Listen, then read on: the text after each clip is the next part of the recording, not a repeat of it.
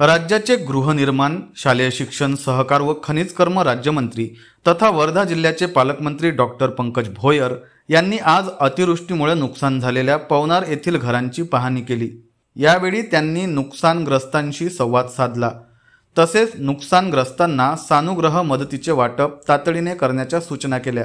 यावेळी उपविभागीय अधिकारी दीपक कारंडे यांच्यासह तहसीलदार संदीप पुंडेकर तसेच अन्य महसूल अधिकारी व तलाठी उपस्थित होते।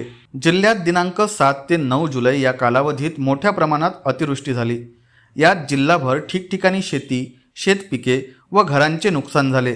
3 दिवसापूर्वी आढावा घेऊन पालकमंत्र्यांनी नुकसानीचे पंचनामे तातडीने करण्याच्या सूचना केल्या होत्या। आज त्यांनी प्रत्यक्ष नुकसानग्रस्तांकडे जाऊन पाहणी केली व त्यांच्याशी संवाद साधला। पवनार येथे अतिवृष्टीमुळे दिनकर एरुणकर यांच्या घराची पडझड झाली होती। पालकमंत्र्यांनी त्यांच्या नुकसानीची पाहणी केली व संवाद साधला। तसेच त्यांना तात्काळ सानुग्रह मदत देण्याच्या सूचना केल्या। अतिवृष्टी जिल्ह्यातील 54 महसूल मंडळापैकी 50 मंडळामध्ये अतिवृष्टी झाली होती।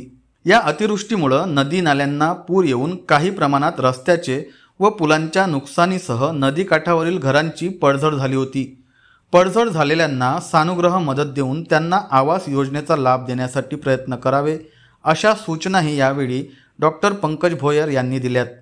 तलाठी, ग्रामसेवक व कृषी सेवक यांच्या मदतीने पडझड झालेले घर, गोठे व शेतपिकांचे संयुक्त पंचनामे करून शासनास अहवाल सादर करावा। एकही नुकसानग्रस्त पंचनाम्यातून सुटता कामा नये असे पालकमंत्र्यांनी सांगितले। यावेळी पवनार येथील केळी उत्पादक शेतकऱ्यांनी मागील अवकाळी पावसामुळे केळी पिकाचे नुकसान झाल्याचे सांगून फळपीक विमा उतरवला असताना सुद्धा अद्यापपर्यंत लाभ मिळालेला नसल्याचे सांगितले। यावर डॉक्टर पंकज भोयर यांनी विमा योजनेचा लाभ मिळवून देण्यासाठी प्रयत्न करणार असल्याचे सांगितले।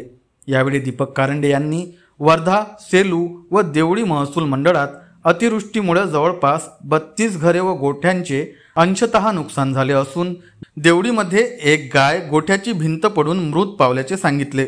साधारणतः संपूर्ण विदर्भातल्या सर्व जिल्ह्यांमध्ये मोठ्या प्रमाणात पाऊस आला आणि मोठ्या प्रमाणात अनेक भागामध्ये शेतीचं नुकसान झालेलं आहे।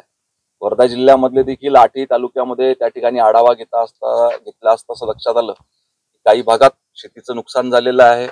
आज वर्धा जिल्ह्याच्या दौऱ्यावर असताना पवनार ह्या गावात भेट दिली। त्या ठिकाणी काही घरांची पडझड झालेली होती, त्याची पाहणी करण्याकरता या ठिकाणी आलो आणि ह्या जिल्ह्यामध्ये जेवढेही घरांची पडझड झाली किंवा जे काही नुकसान झालं त्याचा मोबदला शासनाकडून कसा लवकरात लवकर प्राप्त करून त्यांना देता येईल याचा प्रयत्न करणार।